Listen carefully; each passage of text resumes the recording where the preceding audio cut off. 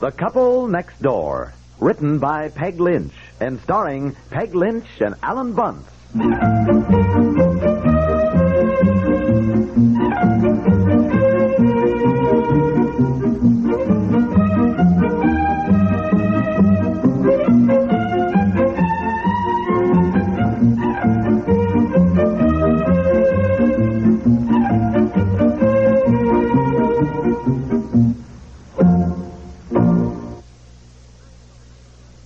It's National Send Your Team to the Jell-O Bowl week. Tell everybody you know, and don't let the week go by without Jell-O. This is Don Wilson for Jell-O again. You know, sports lovers everywhere are Jell-O fans these days. That's because Jell-O gives you real get-out-and-win energy and a little extra kick that comes from the sheer delight of eating Jell-O. Send your team to the Jell-O Bowl this week. Jell-O.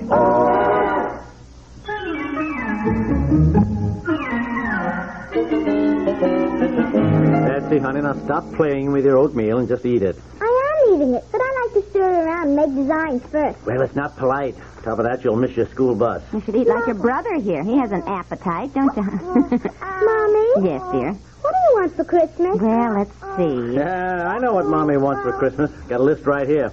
Wastebasket for the living room, garbage can. A garbage can for Christmas? Well, it's a fancy kind with a foot pedal so Mommy doesn't have to stoop over. Then she wants some more wooden hangers for the front closet, also some... Oh, Mommy, didn't you ask for anything nice? Now, look, dear, I don't think you should confuse the child. Look, it's what you asked for, isn't it? You sat me down 2 weeks ago and you said, now we have got to be practical this year. Well, yes, I know, dear, but... Oh, what's the matter? Didn't you mean it? Well, yes, I meant we shouldn't be extravagant this year with a new house here and the new baby. I mean, we are sort of strapped. What's strapped? Strapped hard up, flat broke, no money. Haven't you any money, Daddy? Boy, I'll say I haven't.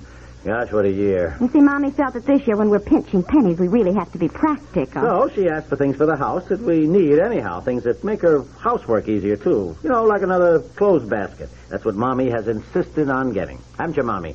Well, yes, sure. Now, remember, you insisted on Christmas morning we're not going to turn around and be disappointed that I didn't get you a new wristwatch. Now, are you, for example? Well, no, now, don't be silly, Dad. Oh, look at the time, honestly. Oh, golly, I got to stop and get gas, too. I'm going to be late again. Boy, one of these days I'll lose my job. That's all. Well, goodbye. Oh, here, get into your coat. Put it on, dear. It's cold. Right. Goodbye, Goodbye, darling. See you tonight. All right, darling. Oh, honestly. Is Daddy really going to buy you a garbage can for Christmas? Well, yes, I guess he is.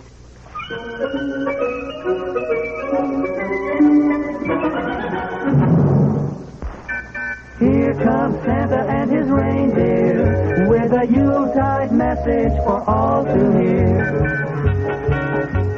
Make it a white Christmas. Give her a major appliance. Make it a white Christmas. Give her a major appliance. What wife wouldn't love a modern home freezer, an up-to-date range? A big new refrigerator, a smart steel cabinet sink, a clothes washer or dryer. An automatic water heater or wonderful dishwasher. These are all gifts that do so much to lighten a wife's work. Give her more time to spend with the rest of the family. So men, take this hint from U.S. Steel. And you ladies, remind him by singing this song. Make it a white Christmas. Give her a major appliance. Well,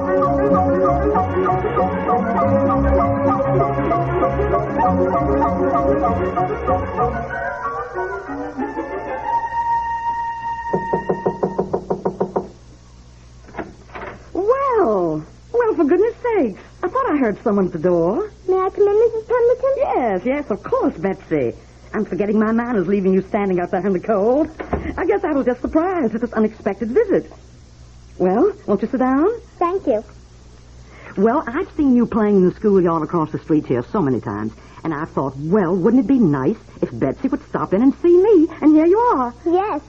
Well, did you have a nice day at school? Yes, thank you.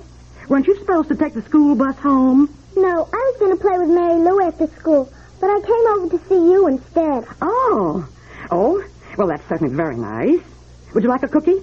Well, no, thank you. Well, maybe you'd like one later. Don't you think you'd better unbutton your coat if you're going to stay a while? Yes, I guess so. Well, How's your mummy? Oh, she's pretty good, I guess. Pretty good. Is she sick? No, she's tired all the time. Oh, aren't we all? How's Daddy? He's flat broke. Oh, Betsy. Oh, Betsy, you are a scream. He is. He said he was hard up, and he said he didn't have any money. Well, I guess that's true of all of us, honey. And he's going to lose his job. Lose his job? Yes, that's what he said this morning. Oh, now, Betsy, are you sure? Yes, he said so. What? Well, that's terrible. That's simply terrible. And right before Christmas. Are you sure you're right, Betsy? Yes. They were talking about it at breakfast. They don't hardly have any money to spend for Christmas. Well, now, my goodness, you don't have to worry your pretty little head about it. I'm sure your Mommy and Daddy will make out just fine. And when Christmas comes... Daddy's giving Mommy a garbage can. A what, dear? A garbage can and some new wooden hangers for the front closet.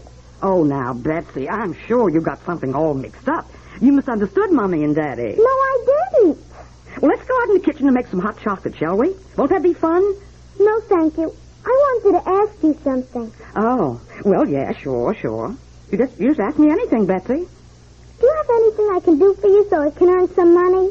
Earn some money? Yes. You paid Mary Lou and Jimmy Kendall a quarter to help you weed the garden. I thought maybe I could, too. Oh, yes. Well, now, my garden doesn't need any weeding in the wintertime, you know. I want to buy Mommy something nice for Christmas. Oh, yes, of course you do. I don't want to buy just an old wooden hanger. No, of course you don't. Well, now, let's see. I must have something you can do for me to earn some money. I can do dusting. Mommy said I'm a good duster. Well, I bet you are. I do the rungs of the chair and everything. And I even do the curlicues. You do? Well, that's certainly more than my regular cleaning girl does.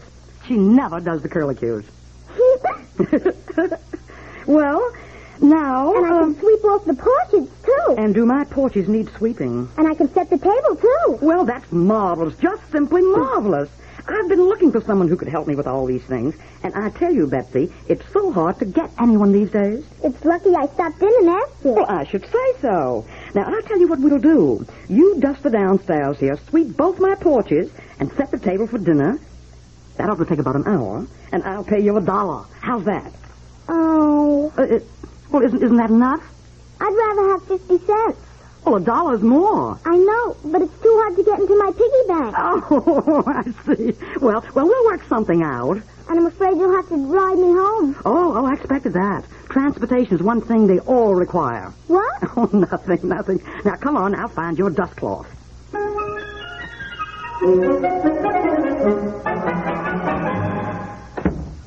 Oh, boy, that snow's really coming down. Getting to look like Christmas out. God, I'm sorry I had to work so late, darling. Oh, that's all right. I kept your dinner warm. Ah. Before you eat, I want you to go upstairs and talk to Betsy. Oh? Why? What's the matter? It seems that she told Myra Pemberton you were losing your job and that we were terribly hard up. No. I don't think it's so funny how many other people has Betsy told. Where'd she get the idea I was losing my job? I don't know. Well, you're always saying it. Well, for Pete's sake, I'm just talking. Well, you had better stop just talking. I don't know when I have been so embarrassed. Oh, honey. For some reason, Myra brought Betsy home, and she came, and I was so surprised. I said, "Why, hello, Myra," and she said, "Hello, dear." And she kissed me, which isn't at all like Myra, you know. Yeah, no. And she patted my arm and kept squeezing it and made some remark about keeping my chin up. Well, I asked her to sit down and have a cup of coffee, and she kept saying things like it's always darkest before the dawn, and there's always a silver lining, you know. Yeah. I didn't know what she was talking about. And she finally told me that Betsy had told her how destitute we are right now, that you were losing your job. Oh, I nearly fell off the chair. Well, let's face it, we are hard up. Oh, now, stop it. I know this is a tough year, but you do have a good job, and you're in line for a promotion. We have got to stop talking money in front of Betsy all the time, especially when you joke about things and she believes you. She'll get the worst feeling of insecurity. I'm worried about her. It may warp her whole life. Really going around telling people that we're maybe broke. if Betsy tells enough people we're broke, we'll get some donations. Myra offered to tide us over. Myra wouldn't believe me. She had tears in her eyes. She thought I was being brave and just carrying on with my head held high or something. Now, you go upstairs and talk to Betsy, and you set that child straight. Yeah, I guess maybe I'd better.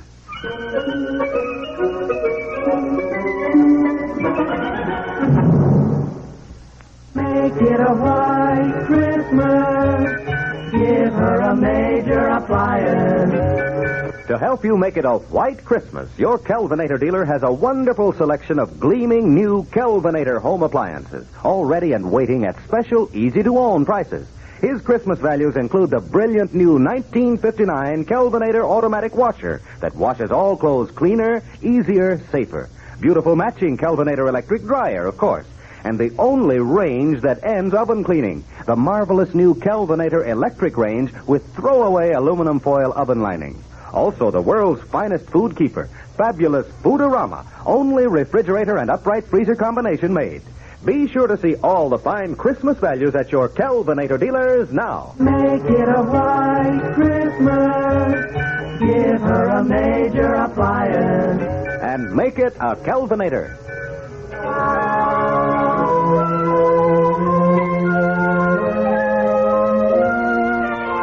What, Betsy? You did what? I dusted the downstairs, and I swept the porch, and I set the table. Mrs. Pemberton gave me $1. Oh, I see. Now, look, Betsy, darling, I don't want you to worry about money. And I don't want you to worry about money either, Daddy. You know what? Well, no, what? It's a secret. Don't tell Mommy. No, I won't. We're going to get Mommy a new wristwatch for Christmas. Oh, Daddy, you don't want to give her a garbage can. Darling, Betsy, honey, now listen. Every year your mother insists on being practical. Now, we go through this every year, and believe me, if I ever did give your mommy a garbage can... Well, you're not going to give her one, because she thinks you are. We're going to give her a wristwatch, and I've already bought it. You've already bought it? A wristwatch? Oh, it's just wonderful, Daddy. Mrs. Pemberton took me to this big store, and I only had to pay $1 down and $1 every week, and I'll earn the money at Mrs. Pemberton. She said so. Well, isn't that wonderful? Well, yes, of course. And, Daddy, Mrs. Pemberton said if I knew anybody who was big enough to shovel snow, she'd hire him, too. Oh, yeah. Yes, I see what you mean. Well, if Mrs. Pemberton needs her snow shoveled, well, we ought to know somebody who's big enough to shovel snow, huh? We've got to hurry, Daddy, and work hard, because there's not much time left before Christmas. If we want to get the watch for Mommy... Listen, we'll lay our plans tomorrow. We'll team together and put our shoulders to the wheel, you and Daddy, huh? Now, don't you worry. Somehow we'll get that watch for Mommy. Don't you worry either. No, darling, I won't. Good night, Daddy. Good night, sweetheart. Sleep tight.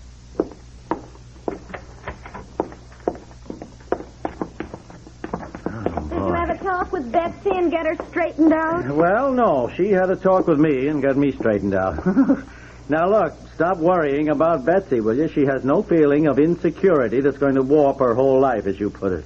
Boy, I tell you, you worry about your kids, but in the long run, they turn out just fine. Just fine. Now, look, what, No, look, honey, just don't ask questions before Christmas, huh?